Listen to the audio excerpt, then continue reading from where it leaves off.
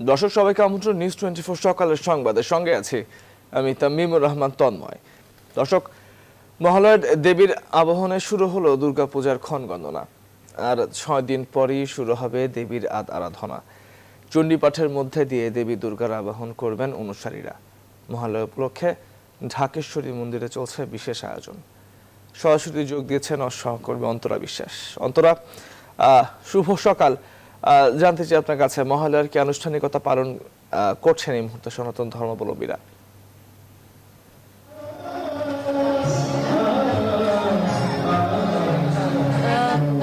শুভ সকাল এবং শুভ মহালয়া। আজকের এই দিনে আপনি নিশ্চয়ই জানেন যে হিন্দু ধর্মাবলম্বীরা বিশেষ করে তাদের যে পূর্বপুরুষরা রয়েছে তাদের তর্পণ করে থাকেন, যে জল দান করে থাকেন, এবং সেটি হচ্ছে আজকের যে আয়োজনের অন্যতম যে বিষয় সেটি। তবে এটি ছাড়াও আসলে আমরা যেটি দেখতে পাচ্ছি যে মন্দিরে সঙ্গীত, গান এবং নাচ সেটি করা হচ্ছে, এবং সেই সাথে চণ্ডী পাঠ রয়েছে, চণ্ডী পাঠ করা হচ্ছে এখানে। এবং আপনি আসলে দেখতে পাচ্ছেন যে ধর্মীয় যে সকল সঙ্গীত রয়েছে সে সকল পরিবেশনাও আসলে এখানে হচ্ছে। কিছুক্ষণ আগেই আমরা দেখেছি সেই মহিষাসুর বধের যে পরিবেশনা সেটি, এবং সেখানে দেখানো হয়েছে দেবী দুর্গা মহিষাসুরকে বধ করেছেন। এবং বলা হয়ে থাকে হিন্দু ধর্মাবলম্বীদের যে বিশ্বাস সেটি হচ্ছে এই যে দেবী মহিষাসুরকে বধ করলেন এটি আসলে কোনো লোককাহিনীর যে রূপ সেটি নয়। এটি তাদের বিশ্বাস যে দেবী দুর্গা প্রতি বছরই এই পৃথিবীতে আসেন এবং পৃথিবীর যত অশুভ শক্তি রয়েছে সেই অশুভ শক্তিকে দেবী দুর্গা দমন করে যান। এবং এবছর হিন্দু ধর্মাবলম্বীদের যে বিশ্বাস সেটি হচ্ছে এবারের যে করোনা মহামারী রয়েছে এবং পুরো বিশ্বে যত রকমের সমস্যা রয়েছে সবকিছু দূর হবে, এবং দেবী দুর্গা এই সকল কিছু বিনাশ করে তবেই আসলে পৃথিবী থেকে যাবে। আর আপনি জানেন যে মহালয়ার দিনে আসলে দেবীর যে আগমনী ধ্বনি সেটি শুনতে পাওয়া যায়, এবং আজকের দিনে আসলে যে পুজোর যে ভাব, পুজোর যে আমেজ সেটি আসলে শুরু হয়ে যায়। এবং এই যে পুজোর আমেজ শুরু হয়ে গেল এবং আগামী 7 দিনের মধ্যেই যে পুজো শুরু হচ্ছে পুরোপুরি, সেই যে ভাব সেটি আসলে এখানে যারা এসেছেন তাদের মধ্যেও আমরা দেখতে পাচ্ছি তাদের সাজের মধ্যে তাদের মনের যে খুশি সেটি তাদের মুখে ফুটে উঠছে, সেটিও আসলে অনেকটাই প্রকাশ করতে পারে। সেই সাথে আপনাকে আরেকটি বিষয় আসলে আপনাকে জানাতে চাই যে এই দিনে বলা হয়ে থাকে সনাতন ধর্মাবলম্বীরা সনাতন ধর্মানুযায়ী দেবী পক্ষের সূচনা হয়, এবং অমাবস্যার এই ক্ষণটির যে গুরুত্ব সেটি হিন্দু ধর্মাবলম্বীদের কাছে অনেক। শ্রী শ্রী চণ্ডীতে মহালয়া যে পূজা সেটি হচ্ছে উৎসবের আলয় বা আশ্রয়। আপনি জানেন যে মহালয়া এই শব্দটির অর্থ আসলে আলয় অর্থাৎ আশ্রয় বা অঙ্গ সেটি আসলে বলা হয়ে থাকে। এবং চণ্ডীতে আসলে মহালয়াকে পিতৃলোককেই আসলে মূলত বোঝানো হয়, এবং তর্পণের মাধ্যমে পূর্বপুরুষদের প্রতি যে শ্রদ্ধা নিবেদন করা হয় সেটি আসলে আজকের দিনের খুবই গুরুত্বপূর্ণ অংশ বলে বিবেচনা করেন সনাতন ধর্মাবলম্বী যারা রয়েছেন তারা। এবং অন্য যে কোনো কাজের শুরুতেও কিন্তু দেখা যায় যে এই যে তর্পণ করা হয় পূর্বপুরুষদের প্রতি, এবং সেটি কিন্তু আমরা দেখে থাকি। এবং আজকে আমরা যেটি দেখছি যে চণ্ডী পাঠ করা হয়েছে, এবং চণ্ডী পাঠ মানে হচ্ছে দেবী দুর্গার যে স্তুতি সেটি মন্ত্রের মাধ্যমে তার যে স্তুতি সেটি করা হয়। এবং আজকের দিনে আমরা দেখতে পাচ্ছি যে আজকে যে আয়োজন ঢাকেশ্বরী মন্দিরের সেটি আসলে শেষ হবার পথে, শেষ পরিবেশনাটাই আসলে এতক্ষণ চলছিল এবং সেটি শেষ হয়ে গেছে।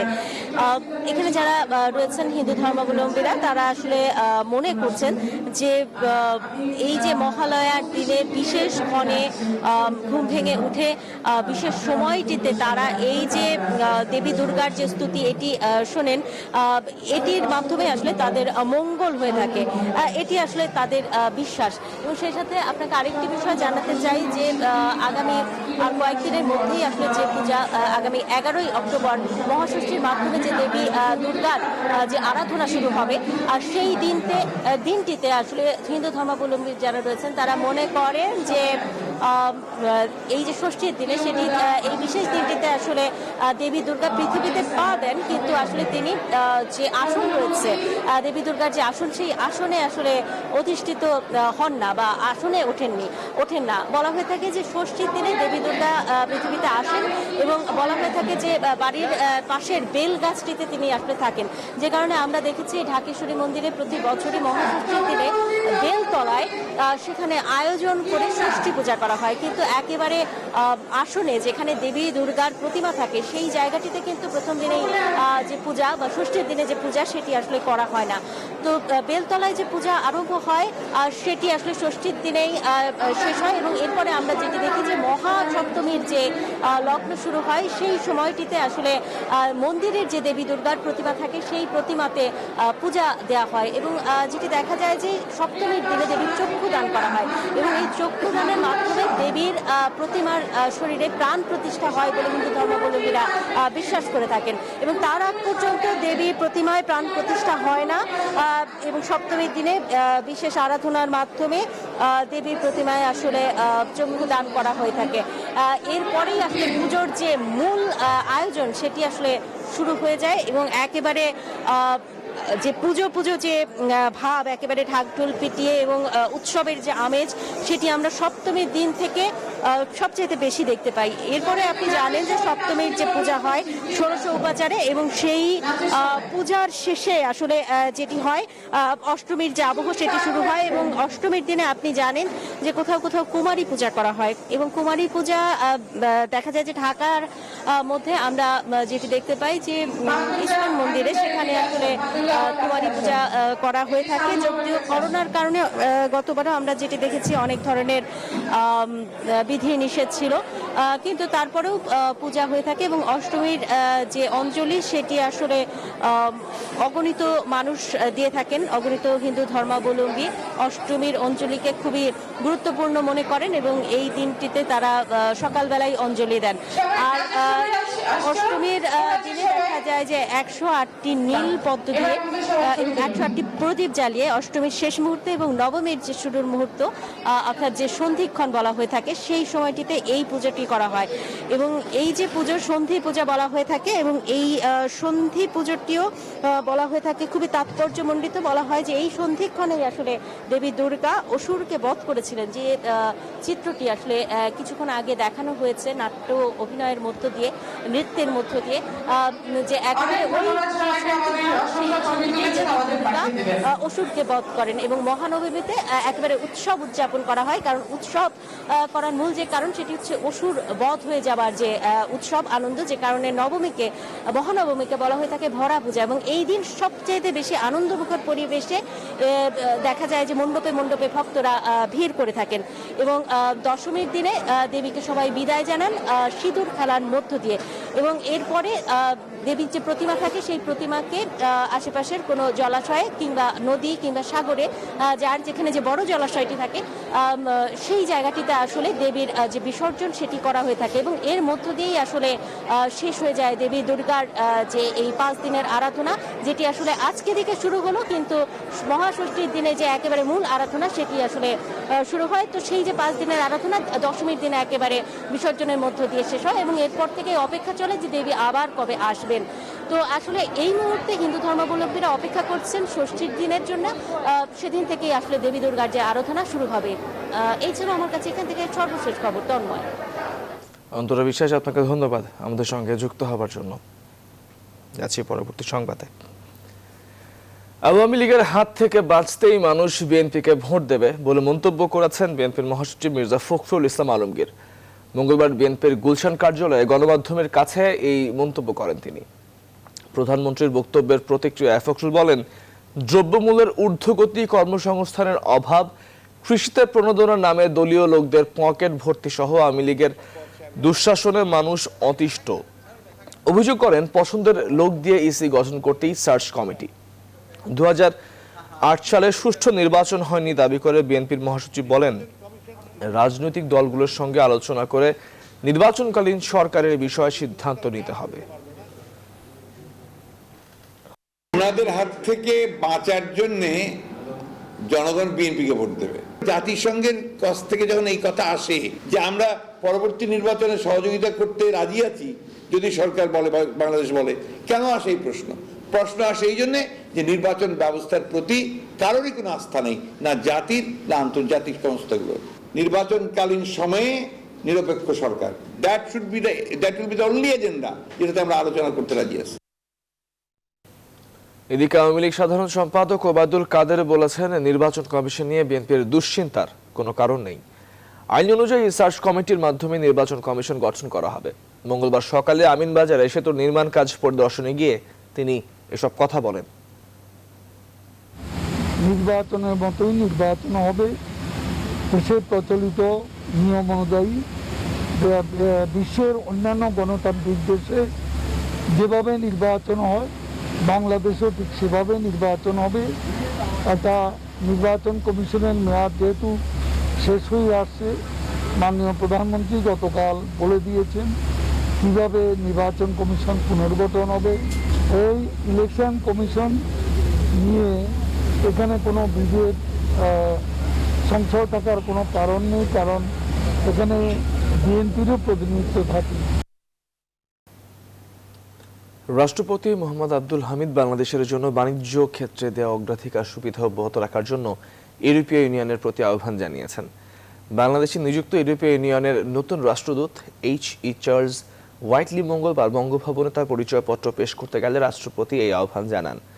পরে রাষ্ট্রপতির উপপ্রেস সচিব মুন্সি জালাল উদ্দিন বলেন, সাক্ষাতের সময় রাষ্ট্রপতি ইইউ দূতকে বলেন, রোহিঙ্গা নেতা মহিবুল্লাহর হত্যা ঘটনায় রোহিঙ্গাদের নিজ দেশে দ্রুত প্রত্যাবাসনের প্রয়োজনীয়তা বাড়িয়েছে। রোহিঙ্গাদের নিজ দেশে প্রত্যাবাসনের লক্ষ্যে মিয়ানমারকে অব্যাহত চাপ দেওয়ার জন্য ইউরোপীয় ইউনিয়নের প্রতি আহ্বান জানান রাষ্ট্রপতি।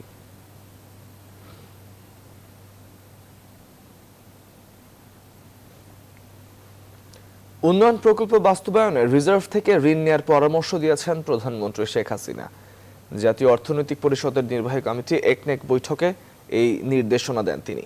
পরে সংবাদ সম্মেলনে পরিকল্পনা মন্ত্রী জানান, কর্ণফুলী নদীর তলদেশে নির্মিত বঙ্গবন্ধু টানেলের দ্বিতীয় মুখ খুলে দেয়া হবে আগামী শুক্রবার। সুলতান আহমেদ জানাচ্ছেন বিস্তারিত।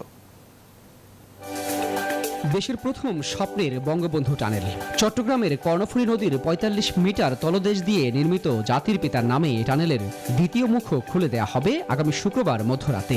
চট্টগ্রাম নগরীর পতেঙ্গা ও দক্ষিণের আনোয়ারা প্রান্তকে যুক্ত করা এই টানেলের দ্বিতীয় মুখ নির্ধারিত সময়ের প্রায় ২.৫ মাস আগেই খুলে দেয়া হচ্ছে। একনেক বৈঠক শেষে সংবাদ সম্মেলনের শুরুতেই এ সুখবর দেন পরিকল্পনা মন্ত্রী। তার মানে আমাদের আসা যাওয়ার দুটি চ্যানেল পুরো হয়ে গেল। ২২শে ডিসেম্বরে যেখানে শেষ হওয়ার কথা, আমরা ইতিমধ্যে মূল ফিজিক্যাল ওয়ার্ক এখনই শেষ করে ফেলছি। এটা একটা জিনিস। আরেকটি চমৎকার বিষয় হলো যে অর্থের ব্যাপারে অনেক সময় আপনারা জানেন অর্থ ব্যয় বাড়ে, রিভাইজ করতে হয়। এই প্রকল্পে আমরা অর্থ ব্যয় বাড়েনি, বরঞ্চ কিছুটা সাশ্রয় হবে। প্রধানমন্ত্রী শেখ হাসিনার সভাপতিত্বে অনুষ্ঠিত বৈঠকে মোট ৯টি প্রকল্পের চূড়ান্ত অনুমোদন মিলেছে, যেখানে ব্যয় হবে প্রায় ৬,৫০০ কোটি টাকা।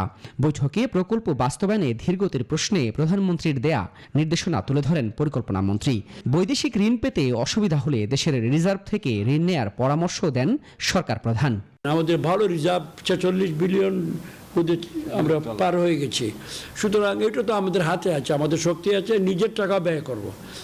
এডিবি থেকে ধার করা, ওয়ার্ল্ড ব্যাংক থেকে ধার করা, বিদেশি কারেন্সিতে যে একটা বিষয়, একইভাবে আমরা এই রিজার্ভ ফান্ডে ধার করতে পারি ইন্টারনালি, আবার কামাই করে ওই বিদেশি মুদ্রায় এটা পরিশোধ করতে হবে।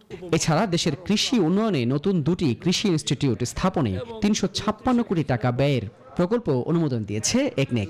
একনেককে নির্দেশনা দেন। সুলতান আহমেদ, নিউজ 24, ঢাকা। ১৯ মাস পর দুয়ার খুলল ঢাকা বিশ্ববিদ্যালয়ের আবাসিক হলগুলোর।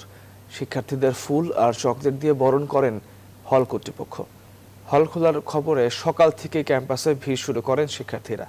তারা জানান, দীর্ঘ অপেক্ষার পর নিজেদের দ্বিতীয় বাড়িতে ফিরে নতুন করে শুরু করতে চান সবকিছু। এদিকে আগামী ১০ অক্টোবর সব শিক্ষার্থীর জন্য খুলে দেয়া ও ১৬ অক্টোবর থেকে ক্লাস শুরুর সুপারিশ করেছে বিশ্ববিদ্যালয়ের প্রভোস্ট কমিটি। আরিফিন শাকিল জানাচ্ছেন বিস্তারিত। চেনা পরিবেশে নতুনের আবহে ফেরা, প্রভোস্ট, হাউস টিউটর আর হলের কর্মচারীরা উষ্ণ অভ্যর্থনায় শিক্ষার্থীদের যেন ভুলিয়ে রাখতে চাইলেন করোনার কঠিন সময়। অন্তত এক ডোজ টিকা নেওয়ার প্রমাণপত্র আর বিশ্ববিদ্যালয়ে বৈধ পরিচয়পত্র থাকলে স্নাতক, চতুর্থ বর্ষ ও স্নাতকোত্তরের শিক্ষার্থীরা হলে ফিরতে পারছেন। স্বাস্থ্যবিধি অনুসরণ করে তাদের রুম বুঝিয়ে দেন হলের হাউস টিউটররা। দীর্ঘদিন পর বন্ধুদের কাছে পেয়ে উল্লাসে মেতে ওঠেন অনেকে। প্রথম দিন রুম পরিষ্কার পরিচ্ছন্ন করতে দিনের বেশিরভাগ সময় কাটে শিক্ষার্থীদের। সবাই হলে আসতেছে, দেখে ভালো লাগতেছে। আমি নিজেও আসলাম। অনেক মিস করছি, এটা তো আমাদের সেকেন্ড হোম ছিল, আমরা প্রায় 3 বছর এখানে ছিলাম হলে। প্রত্যেকে যদি নিজ নিজ জায়গা থেকে সচেতনতার বিষয়টা খেয়াল রাখে তাহলে আমাদের কাছে মনে হয় যে খুব একটা সংক্রমিত হওয়ার সুযোগ থাকবে না। হলের কার্যক্রম দেখতে এসে ঢাকা বিশ্ববিদ্যালয়ের উপাচার্য বলেন, বাকি শিক্ষার্থীদের হলে ফেরার বিষয়েও দ্রুত সিদ্ধান্ত হবে। সকল শিক্ষার্থীকে যাতে আনতে পারি সেটি আমাদের লক্ষ্য। আজকের যে কর্মসূচিটি সেটি আমাদেরকে পরবর্তী কর্মসূচি এবং সিদ্ধান্ত গ্রহণে অনুপ্রেরণা দেয়।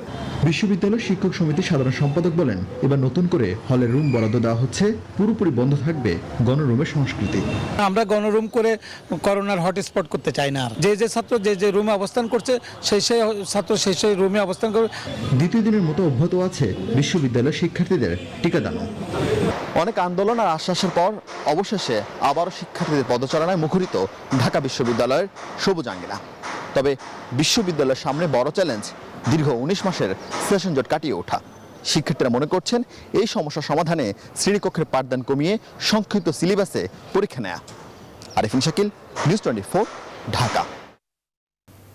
24 ঘন্টায় করোনায় আক্রান্ত হয়ে দেশে আরও 23 জনের মৃত্যু হয়েছে। এই সময় নতুন করে শনাক্ত হয়েছে 694 জন। মঙ্গলবার স্বাস্থ্য অধিদপ্তরের করোনা বিষয়ক নিয়মিত প্রেস বিজ্ঞপ্তিতে এই তথ্য জানানো হয়। 24 ঘন্টায় মোট 25,499টি নমুনা পরীক্ষার বিপরীতে করোনা রোগীর শনাক্তের হার 2.72%।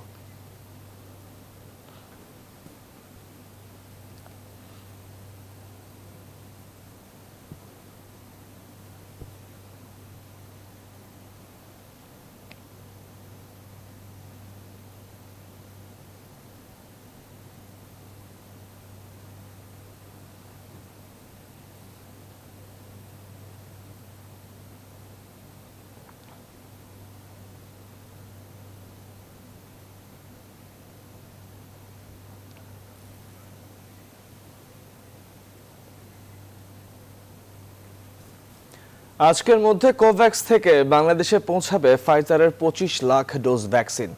কোভ্যাক্সের সহায়তায় এই ভ্যাকসিন দিচ্ছে যুক্তরাষ্ট্র। স্বাস্থ্য অধিদপ্তরের মহাপরিচালক জানান, বাংলাদেশে বর্তমানে সব ধরনের ভ্যাকসিন সংরক্ষণের সক্ষমতা রয়েছে। রিশাদ হাসান জানাচ্ছেন বিস্তারিত। টানা 3 দফায় কোভ্যাক্স থেকে বাংলাদেশে আসছে ফাইজারের মোট 25 লাখ ডোজ ভ্যাকসিন। কোভ্যাক্স ফ্যাসিলিটিজে এই ভ্যাকসিন দিচ্ছে যুক্তরাষ্ট্র। মঙ্গলবার ভ্যাকসিন হস্তান্তর সংক্রান্ত এক সভা অনুষ্ঠিত হয় রাজধানীর ইপিআই কার্যালয়ে। ভ্যাকসিন হস্তান্তর ও ফ্রিজার পরিদর্শনে যোগ দেন বাংলাদেশে নিযুক্ত মার্কিন রাষ্ট্রদূত রবার্ট আল মিলার ও স্বাস্থ্য অধিদপ্তরের মহাপরিচালক। মহামারীর নিয়ন্ত্রণে পিপিই সহায়তা দিয়ে যুক্তরাষ্ট্রের পাশে দাঁড়িয়েছিল বাংলাদেশ উল্লেখ করে মার্কিন রাষ্ট্রদূত জানান, করোনার সাথে লড়তে বাংলাদেশকে আরও ভ্যাকসিন দিবে যুক্তরাষ্ট্র। To the generosity of the American people, to the people of Bangladesh. That means the United States has now donated 11.5 million doses of Pfizer and Moderna vaccine to Bangladesh, with many more millions to come. ফাইজারের vaccine সংরক্ষণে এরই মধ্যে নির্দিষ্ট তাপমাত্রার ফ্রিজারগুলো এসে পৌঁছেছে বাংলাদেশে উল্লেখ করে স্বাস্থ্য অধিদপ্তরের মহাপরিচালক জানান, আগামীতে যে কোনো ধরনের ভ্যাকসিন সংরক্ষণের ন্যূনতম সক্ষমতা আছে বাংলাদেশে। আমরা মনে করি যে আমরা এই সমস্ত আলট্রা কোল্ড চেইনের যতগুলো ভ্যাকসিন আছে সেই ভ্যাকসিনগুলো সংরক্ষণ করার মতন এবং সরবরাহ করার মতন ন্যূনতম সক্ষমতা আমরা অর্জন করেছি এবং এটা দিয়ে আশা করছি সামনের দিকে এই সমস্ত চ্যালেঞ্জের ভ্যাকসিন যেগুলো আসবে আমরা সেগুলোকে হ্যান্ডেল করতে পারবো। 18 বছরের নিচে শিশুদের টিকা দেওয়ার বিষয়টি সরকারের পরিকল্পনায় রয়েছে জানিয়ে মহাপরিচালক বলেন, এই বিষয়ে এখনো সিদ্ধান্ত নেওয়া হয়নি। রিশাদ হাসান, নিউজ 24, ঢাকা।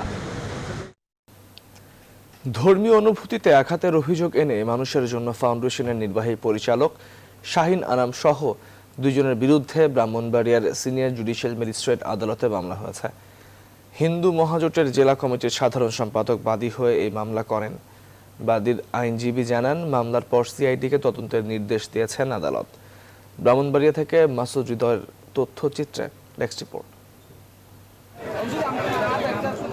হিন্দু ধর্মাবলম্বীদের ধর্মীয় অনুভূতিতে আঘাতসহ বিভিন্ন অপপ্রচারের কারণে মঙ্গলবার দুপুরে মানুষের জন্য ফাউন্ডেশনের নির্বাহী পরিচালক শাহিন আনাম সহ দুজনের বিরুদ্ধে ব্রাহ্মণবাড়িয়ার সিনিয়র জুডিশিয়াল ম্যাজিস্ট্রেট আদালতে মামলা করেন হিন্দু মহাজোটের ব্রাহ্মণবাড়িয়া জেলা কমিটির সাধারণ সম্পাদক প্রবীর চৌধুরী রিপন। বাস্তে শিখা এনজিওর বিরুদ্ধে আমি আজকে একটি মামলা দায়ের করেছি। আমি সংক্ষুব্ধ হয়েছি তাদের এই বক্তব্যের জন্য। আমাদের হিন্দু ধর্মীয় অনুভূতিতে আঘাতের প্রতিবাদে তাদের এই ধর্মীয় আঘাতের কারণে আমাদের সারা দেশে ধর্মীয় সংখ্যালঘুদের উপর হামলা হচ্ছে। বিবাদীদের বিরুদ্ধে হিন্দু সম্প্রদায়ের মধ্যে বিভেদ সৃষ্টি, সংবিধান লঙ্ঘন করে সনাতনী হিন্দু আইন সংস্কারের উদ্যোগ, হিন্দু সম্প্রদায়কে সরকারের মুখোমুখি করে বিশৃঙ্খলা সৃষ্টি এবং আন্তর্জাতিক পর্যায়ে সরকারের ভাবমূর্তি ক্ষুণ্ণ করার অপচেষ্টার অভিযোগ আনা হয়েছে। 2020 দিকের আইন করে ওনারা ওনাদের মতো করে প্রস্তাবনা দিয়েছে। এই প্রস্তাবনার উপরে বাদী যে অভিযোগকারী উনি সংক্ষুব্ধ হয়ে ওই মামলাটা আনয়ন করেছে। বাদীর আইনজীবী আরও জানান, আদালত অভিযোগ আমলে নিয়ে সিআইডিকে তদন্তের নির্দেশ দিয়েছেন। মাননীয় কোর্ট এটা আমলে নিয়েছেন, নিয়ে তারপর যারা আসামি পক্ষ আছে তাদের পক্ষে সিআইডি তদন্তের জন্য দিয়েছেন। সিআইডি তদন্তের পরে এটা সত্যতা বেরিয়ে আসার পর তারপর পরবর্তী পদক্ষেপ। এর আগে গেল 21 সেপ্টেম্বর নারায়ণগঞ্জের চিফ জুডিশিয়াল ম্যাজিস্ট্রেট আদালতে আকাশ ঘোষ নামে এক ব্যক্তি শাহিন আনাম ও অ্যাঞ্জেলা গোমেজের বিরুদ্ধে মামলা দায়ের করেন। রাজধানীর সূত্রাপুরে শাহিন আনামের বিরুদ্ধে বিক্ষোভ করে হিন্দু সম্প্রদায়। এছাড়াও এই ইস্যুতে বাংলাদেশ জাতীয় হিন্দু মহাজোটের নেতারা দীর্ঘদিন ধরে প্রতিবাদ জানিয়ে সংবাদ সম্মেলন, সভা, সেমিনার করে আসছেন। Desk report, news 24। সামাজিক যোগাযোগ মাধ্যম ব্যবহার করে রাষ্ট্রবিরোধী অপপ্রচারের অভিযোগে নুসরাত শাহরিন রাকাকে গ্রেপ্তার করেছে র্যাব। রাকা যুক্তরাষ্ট্র প্রবাসী 21 টিভির সাবেক সাংবাদিক ডক্টর কনক সারওয়ারের বোন। মঙ্গলবার ভোরে রাজধানীর উত্তরা থেকে রাকাকে আটক করা হয়। র্যাব জানিয়েছে, রাকার বিরুদ্ধে ডিজিটাল সিকিউরিটি অ্যাক্ট ও মাদকদ্রব্য নিয়ন্ত্রণ আইনে মামলা দায়েরের প্রস্তুতি চলছে। পরে তাকে সংশ্লিষ্ট থানায় হস্তান্তর করা হবে। বুধবার রাকাকে আদালতে তোলা হতে পারে বলেও জানায় র্যাপিড অ্যাকশন ব্যাটালিয়ন র্যাব।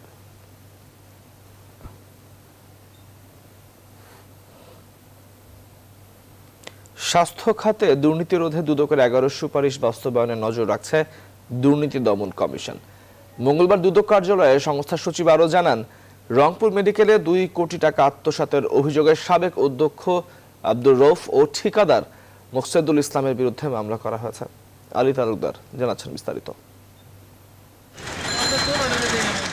2013 সালে রংপুর মেডিকেল কলেজে 5টি ডেন্টাল চেয়ার ও অ্যাক্সেসরিজ কেনা হয় 2 কোটি 82 লাখ টাকায়। দুদক বলছে প্রকৃত মূল্যের চেয়ে বেশি দেখানো হয়েছে 1 কোটি 74 লাখ টাকা। তৎকালীন অধ্যক্ষ ডক্টর আব্দুর রৌফের যোগসাজশে 3i মার্চেন্টস এর ঠিকাদার মোহাম্মদ মোকসেদুল ইসলাম এই টাকা উত্তোলন করেন। মঙ্গলবার দুদকের উপসহকারী পরিচালক রাকিবুল হায়াত বাদী হয়ে অভিযুক্তদের বিরুদ্ধে মামলা করেন। এরা পরস্পর যোগসাযোগে প্রতারণা ও জালজালিয়াতির আশ্রয় নিয়ে অসৎ উদ্দেশ্যে আর্থিকভাবে নিজেরা লাভবান হওয়ার লক্ষ্যে ক্ষমতার অপব্যবহারপূর্বক অপরাধমূলক অসদাচরণ করে দুদকে জমা পড়া স্বাস্থ্য খাতের অভিযুক্তদের বিরুদ্ধে তদন্ত হচ্ছে বলেও জানানো হয়। যেগুলোই আমাদের নলেজে আসছে সবগুলোই আপনারা জানেন যে তদন্ত আছে, কোনোটা ইনকোয়ারি স্টেজে আছে, কাজেই কোনোটাকে অ্যাভয়েড করা হয় নাই, সবগুলো আমাদের প্রসেসের মধ্যে আছে। স্বাস্থ্য খাতের দুর্নীতি রোধে কমিটি গঠন না হলেও দুদকের সুপারিশগুলো বাস্তবায়ন হচ্ছে কিনা তা দেখা হচ্ছে বলেও জানান সচিব। আলী তালুকদার, নিউজ 24, ঢাকা। কক্সবাজারের উখিয়া ও টেকনাফের রোহিঙ্গা ক্যাম্পে কাঁটা তারের বেড়া দেওয়ার পরও দেশের বিভিন্ন স্থানে ছড়িয়ে পড়ছে রোহিঙ্গারা। জড়াচ্ছেন মাদক পাচার সহ নানা অপরাধমূলক কর্মকাণ্ডে। যদিও পররাষ্ট্রমন্ত্রী জানিয়েছেন, মিয়ানমার থেকে অবৈধ অস্ত্র, মাদক ও মানব পাচার চোরাচালান রোধে প্রয়োজনে সীমান্তে গুলি চালানো হবে। আইবুল ইসলামের সাথে নিয়ে বিস্তারিত জানাচ্ছেন লাকমিনা জেসমিন সোমা। কক্সবাজারের উখিয়া ও টেকনাফে বসবাসরত রোহিঙ্গারা যাতে ছড়িয়ে পড়তে না পারে সেজন্য 2019 সালে ক্যাম্পের চারপাশে কাঁটাতারের বেড়া নির্মাণের উদ্যোগ নেয় সরকার।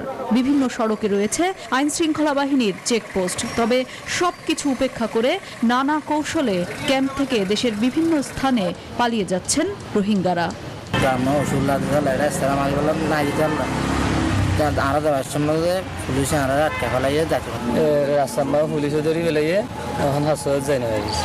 স্থানীয় জনপ্রতিনিধিদের অভিযোগ, নানা রকম অপরাধে জড়াচ্ছেন রোহিঙ্গারা। যদিও রোহিঙ্গাদের শীর্ষ নেতা মহিবুল্লাহ নিহত হওয়ার ঘটনার পর ক্যাম্পে নিরাপত্তা জোরদার করা হয়েছে বলে দাবি পুলিশের।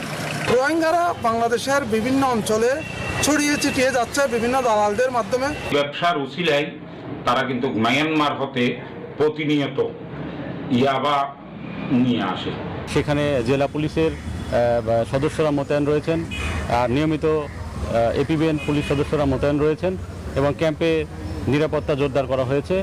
মঙ্গলবার সকালে সিলেটে এক অনুষ্ঠান শেষে সাংবাদিকদের প্রশ্নের উত্তরে পররাষ্ট্রমন্ত্রী বলেন, অবৈধ অস্ত্র, মাদক কিংবা মানব পাচার রোধে প্রয়োজনে সীমান্তে গুলি চালানো হবে। আমরা সিদ্ধান্ত নিয়েছিলাম যে আমরা কখনো গুলি চালাবো না। কালকে আমার সাথে স্বরাষ্ট্রমন্ত্রীর আলাপ হয়েছে, আগামীতে আমরা গুলি চালাবো।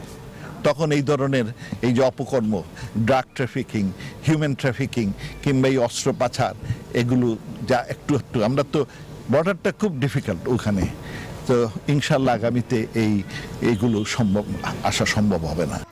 এনজিওর বাধার কারণে রোহিঙ্গা প্রত্যাবাসন বাধাগ্রস্ত হচ্ছে বলেও জানান পররাষ্ট্রমন্ত্রী।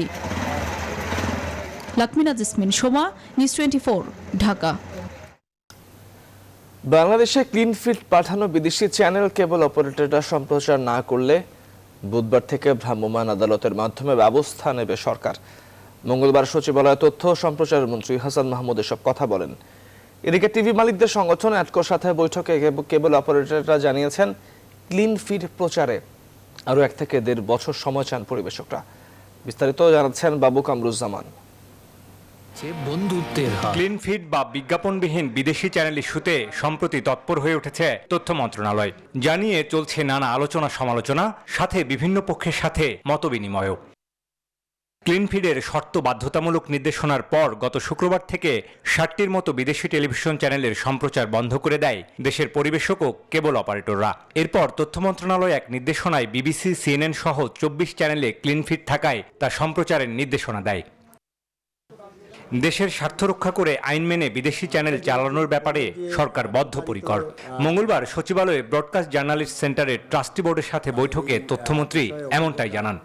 এটি নিয়ে বিভ্রান্ত ছড়ানোর কোনো সুযোগ নাই। কেউ কেউ বিভ্রান্তি ছড়ানোর অপচেষ্টা করেছিল, সেগুলো হালে পানি পায়নি। তথ্যমন্ত্রী জানান, ক্লিন ফিট থাকার পরও যারা তা চালাচ্ছে না তাদের ধরতে বুধবার থেকে মোবাইল কোর্ট পরিচালনা করা হবে। যে সমস্ত চ্যানেল ক্লিন ফিট আসা সত্ত্বেও চালানো হচ্ছে না, সেটার জন্য মোবাইল কোর্ট আগামীকাল থেকে আবার চালানো হবে। এদিকে বিকেলে টেলিভিশন ওনার্স অ্যাসোসিয়েশন অ্যাডকোর সাথে বৈঠকে বসে কেবল অপারেটররা, যেখানে সরকারের এই সিদ্ধান্তের বাস্তবায়ন নিয়ে প্রাথমিক আলোচনা হয়। বৈঠক শেষে ব্রিফিংয়ে ক্লিন ফিট প্রচারে পরিবেশকরা আরও 1 থেকে 1.5 বছর সময় চেয়েছে বলে জানানো হয়। দেশীয় পরিবেশক আছে বিদেশি চ্যানেলে, তাদের সাথে আলাপ আলোচনা করেছে। এই মাসে তারা আমাদের চিঠির মাধ্যমে জানিয়েছেন যে তাদের এই ক্লিন ফিট প্রোভাইড করতে গেলে তাদেরকে 1 থেকে 1.5 বছর সময় চেয়েছেন। অ্যাডকো এবং কোআপ সবাই মিলেমিশে একটি সমাধানের পথ তৈরি করতে হবে, কারণ আজকে যদি আমাদের এই নেটওয়ার্ক শিল্পটা বেঁচে না থাকে তাহলে দেশীয় টেলিভিশনের শিল্পের উপরে সরাসরি আঘাত আসবে। শুধু যে কেবল অপারেটর বা টেলিভিশন ওনার অ্যাসোসিয়েশন তা কিন্তু না, এখানে যারা আমরা উপস্থিত আছি এবং যারা নাই শিল্প, সেই শিল্পের সাথে জড়িত সবাই এটার সাথে উপকৃত হবে। আগামী 7 অক্টোবর এ বিষয়ে আরো বিস্তারিত আলোচনায় বসবে অ্যাডকো কেবল অপারেটরদের সংগঠন কোআপ। বাবু কামরুজ্জামান, নিউজ 24, ঢাকা। দেশের প্রথম premium mega gated community Rupayan city উত্তরার প্রকল্প পরিদর্শন করেছেন কেপিসি গ্রুপের chairman American CIP doctor Kali Pradip Chowdhury. সোমবার সন্ধ্যায় রূপায়ণ সিটি উত্তরার প্রকল্প পরিদর্শন শেষে তিনি বলেন, এই প্রজেক্ট বিশ্বমানের, যা বিশ্বের যে কোনো প্রজেক্টের সাথে তুলনাযোগ্য। প্রায় 2 ঘন্টা তিনি পুরো প্রকল্প ঘুরে দেখেন। এই সময় উপস্থিত ছিলেন রূপায়ণ গ্রুপের chairman Liaquat Ali Mukul, vice chairman Mahir Ali Khan Ratul, vice chairman Ali Akbar Khan Ratan, Rupayan গ্রুপের উপদেষ্টা ক্যাপ্টেন পিজে উল্লাহ, উপদেষ্টা ও head of operation Sadat Hossain Selim সহ রূপায়ণ গ্রুপের কর্মকর্তারা। পরে রূপায়ণ গ্রুপের পক্ষ থেকে কেপিসি গ্রুপের চেয়ারম্যানকে সম্মাননা ক্রেস্ট প্রদান করা হয়।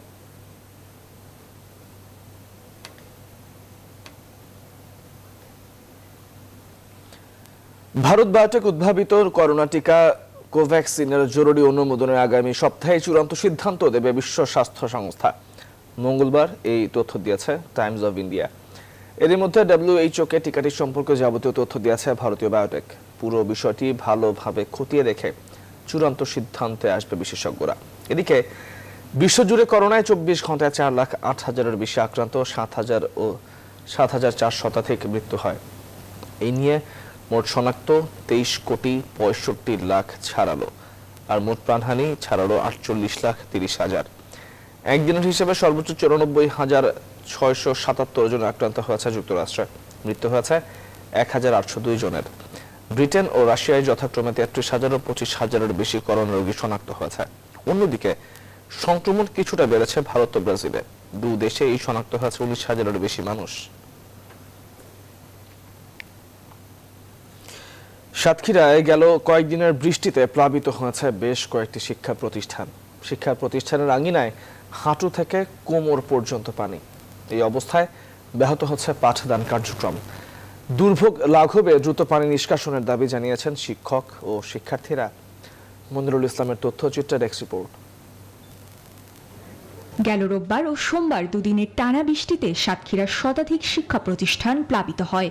গেল কয়েকদিনে নিম্নাঞ্চল ও বিভিন্ন শিক্ষা প্রতিষ্ঠান থেকে পানি নিষ্কাশন না হওয়ায় এখনো জেলার 7 উপজেলায় প্লাবিত স্কুল, কলেজ ও মাদ্রাসা সহ বিভিন্ন শিক্ষা প্রতিষ্ঠান।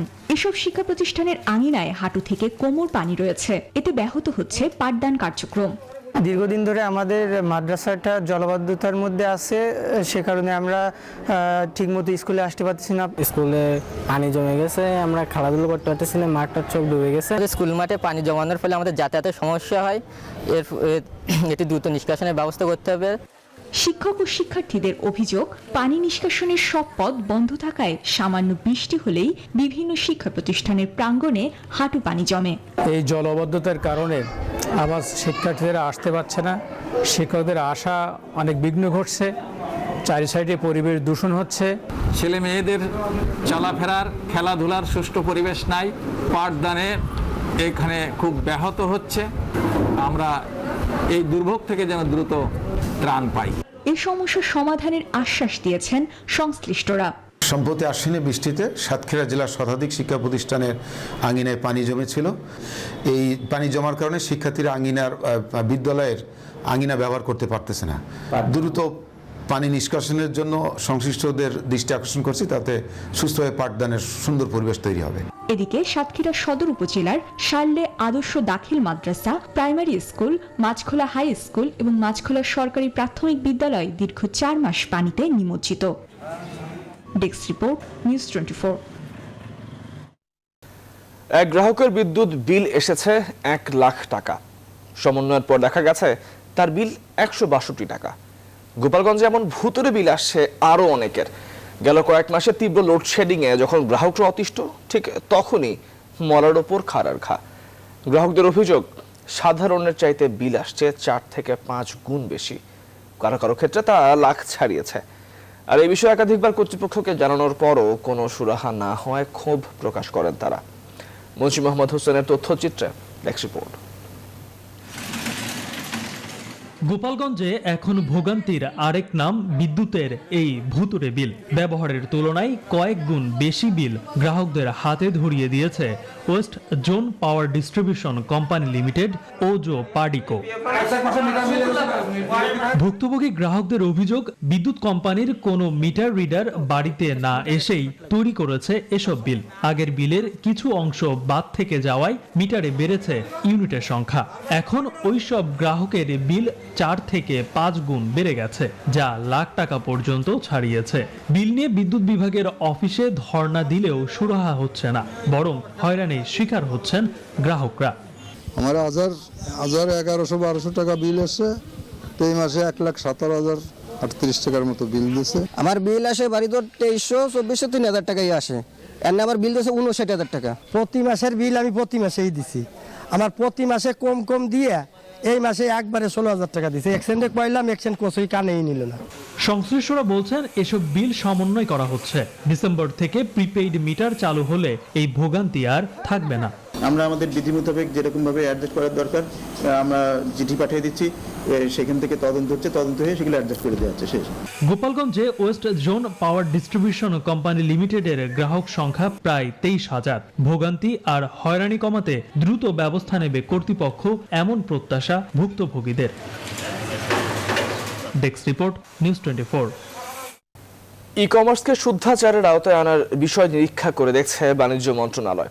এই বিষয়ে নতুন আইন প্রণয়নের হাত দেওয়ার আগে বিদ্যমান আইন সংস্কার এবং নতুন কোনো কর্তৃপক্ষ গঠন না করেও ভোক্তা অধিকার সংরক্ষণ অধিদপ্তর ও প্রতিযোগিতা কমিশনকে প্রয়োজনীয় সংস্কারের আওতায় আনার কথা ভাবা হচ্ছে। মঙ্গলবার বাণিজ্য মন্ত্রণালয়ের সভাকক্ষে এসব তথ্য জানান মন্ত্রণালয়ের অতিরিক্ত সচিব ও কমিটির আহ্বায়ক AHM শফিকুজ্জামান। ই কমার্স কর্তৃপক্ষ গঠন প্রসঙ্গে তিনি বলেন, কর্তৃপক্ষ গঠন করতে হলে সময়ের প্রয়োজন।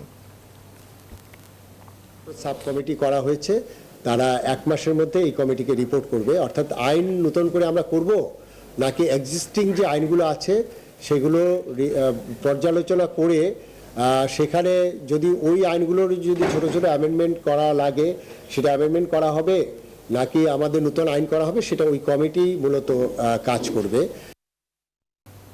এবার আন্তর্জাতিক প্রসঙ্গ। কয়েক ঘন্টার ফেসবুক বিভ্রাটের ঘটনায় একদিনের মাথাতেই এবার প্রতিষ্ঠানটির বিরুদ্ধে গুরুতর অভিযোগ তুললেন এফবির সাবেক কর্মী ফ্রান্সেস হাউগেন। সামাজিক এই যোগাযোগ মাধ্যমটি শিশুদের ক্ষতি এবং গণতন্ত্রকে দুর্বল করে তুলছে বলে মঙ্গলবার মার্কিন কংগ্রেসের শুনানিতে অভিযোগ করেছেন তিনি। 37 বছর বয়সী এই সাবেক কর্মকর্তা জানান, শুধুমাত্র মুনাফার দিকে নজর দিচ্ছেন ফেসবুক সিইও মার্ক জাকারবার্গ। প্ল্যাটফর্মটির নীতি নির্ধারকরা জানেন কিভাবে ফেসবুক, ইনস্টাগ্রাম আরও নিরাপদ করা যায়, তবে এই নিয়ে তাদের কোনো মাথা ব্যথাই নেই। সবকিছু জানার পরেও কোনো পরিবর্তন আনছেন না তারা। এই অবস্থায় শুনানিতে মার্কিন আইন প্রণেতাদের ব্যবস্থা নেওয়ার আর্জি জানান ফ্রান্সেস। শুনানির দিন ডেমোক্র্যাট ও রিপাবলিকান আইন প্রণেতাদের দুপক্ষই ফেসবুকের বিভিন্ন বিষয়ে ক্ষুব্ধ প্রতিক্রিয়া জানিয়েছেন।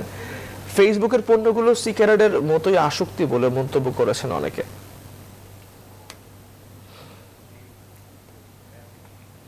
জলবায়ু আর পৃথিবীর নিয়ম অনুধাবনের চেষ্টায় স্বীকৃতিস্বরূপ এই বছর পদার্থের নোবেল 3 বিজ্ঞানী পেয়েছেন।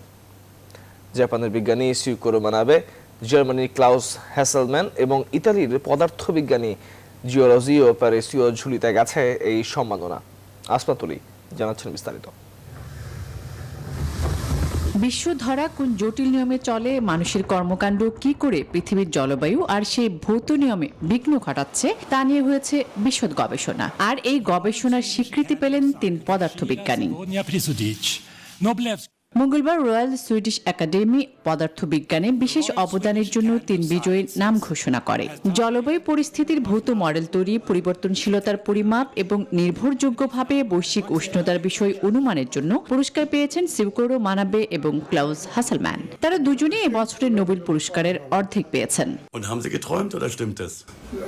এছাড়াও পারমাণবিক ও গ্রহীয় পরিসরের ভৌত ব্যবস্থার বিশৃঙ্খলা ও উঠানামা পরস্পরের উপর কি প্রভাব ফেলে তা আবিষ্কারের জন্য এই পুরস্কারের বাকি অর্ধেক পেয়েছেন ইতালির বিজ্ঞানী জর্জিও প্যারেসি। বুধবার রসায়ন, বৃহস্পতিবার সাহিত্য, শুক্রবার শান্তি এবং আগামী সোমবার অর্থনীতিতে নোবেল বিজয়ীর নাম ঘোষণা করা হবে।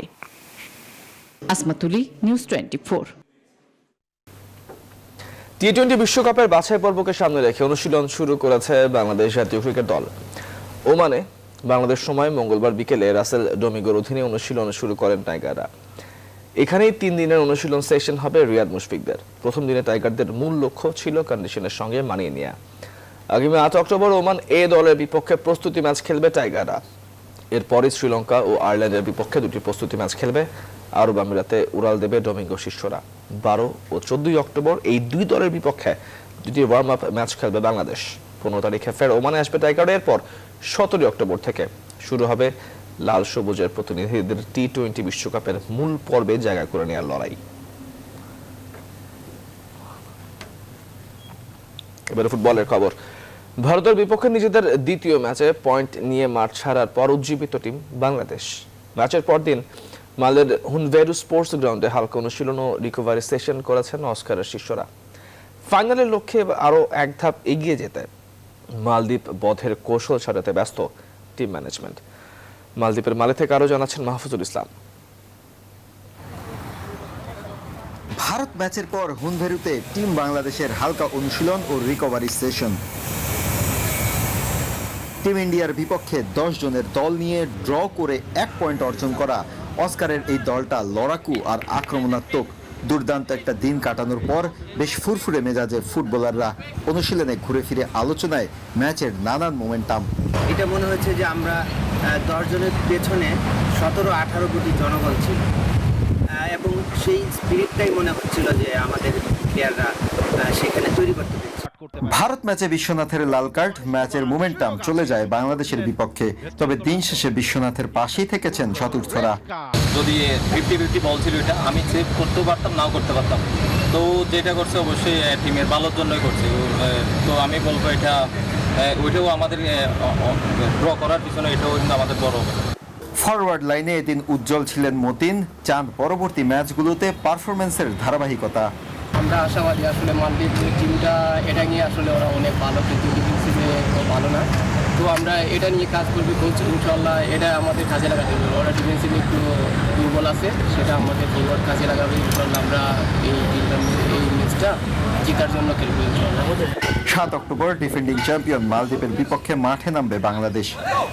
ভারতের বিপক্ষে পয়েন্ট নিয়ে মাঠ ছাড়ার পর আত্মবিশ্বাসী টিম বাংলাদেশ এবং একই সঙ্গে এমন ফুটবল খেলার পর মালদ্বীপের মালেতে অবস্থানরত প্রবাসীদের কাছে এখন আগ্রহের তুঙ্গে জামাল জিকোরা। পরবর্তী 2 ম্যাচে সাফল্যের ধারাবাহিকতা বজায় থাকবে এমন প্রত্যাশাই সবার। মালদ্বীপের মালে থেকে মাহফুজুল ইসলাম, নিউজ 24। জাতীয় দলের প্রতি আস্থা আগে থেকেই ছিল এবং আছে, তবে এতদিন ফলাফল না পাওয়ার কারণ হিসেবে দল পরিচালনার সঠিক সিদ্ধান্তের ঘাটতিকে দায়ী করলেন কাজী সালাউদ্দিন। বললেন বাংলাদেশ পরবর্তী 2টি ম্যাচেই জয়ের সামর্থ্য রাখে। মালদ্বীপ থেকে আরও জানাচ্ছেন মাহফুজুল ইসলাম। দল খেলেছে বুক চিতিয়ে, 2 ম্যাচে 4 পয়েন্ট। ভারতের বিপক্ষে পিছিয়ে পড়েও 10 জনের দল নিয়ে ড্র করে 1 পয়েন্ট নিয়ে মাঠ ছাড়ার আনন্দ। গোলে এগিয়ে গিয়েছিল ইন্ডিয়া। ফুটবলাররাই শুধু নন, পুরো দুনিয়া জুড়ে ছড়িয়ে ছিটিয়ে থাকা বাংলাদেশিদের সঙ্গে স্টেডিয়ামে উপস্থিত দর্শকদের মাঝেও ছড়িয়েছে এই আনন্দের সুবাতাস। সবার মতো দল নিয়ে আত্মবিশ্বাসী বাফুফে বস। আমি কিরগিজস্তান থেকে আসার পরে কিরগিজস্তানের তো টিম ডিফারেন্ট, আমার বিশ্বাস ছিল যে এই টিম এত খারাপ না। এই যে management problem, that is my concept. সেই জন্য আমরা এই চেঞ্জটা করেছি। আর টিম যে ভালো খেলবে এই বিশ্বাসটা আমার continuous. That is one of the reason I am sitting here. Final খেলতে চায়, বাকি 2 ম্যাচ জয় যার সামর্থ্য এই দলটার আছে বলছেন কাজী সালাউদ্দিন। আপনাকে ফাইনাল খেলতে গেলে you have to beat Bangladesh, you have to beat Nepal. এবং এই কাজটা আমার টিমই পারবে। আমরা ম্যানেজমেন্ট পাবো না, কোচও পাবো না, প্লেয়ার গুলো। এটা খেলতে গেলে অপোনেন্ট যে 2 জন আছে, I don't think it's difficult to beat them. সাফে আসার ঠিক শেষ মুহূর্তে কোচ বদল, অস্কারের অধীনে অল্প সময়ের অনুশীলনেই মিলেছে আত্মবিশ্বাসী বাংলাদেশ। আমি footballer basically, and I was a coach also. ওর সাথে কিছু আলাপ করতে I found out that we are on the same page. তখন আই ডিসাইডেড যে I will ask Oscar to take over. Mahfuzul Islam, news 24, Male, মালদ্বীপ। দর্শক, শেষ করছে এখনকার নিউজ 24 সংবাদ। আরো সর্বত্র বিশ্লেষণ জানতে ভিজিট করুন www.news24bd.tv। ধন্যবাদ।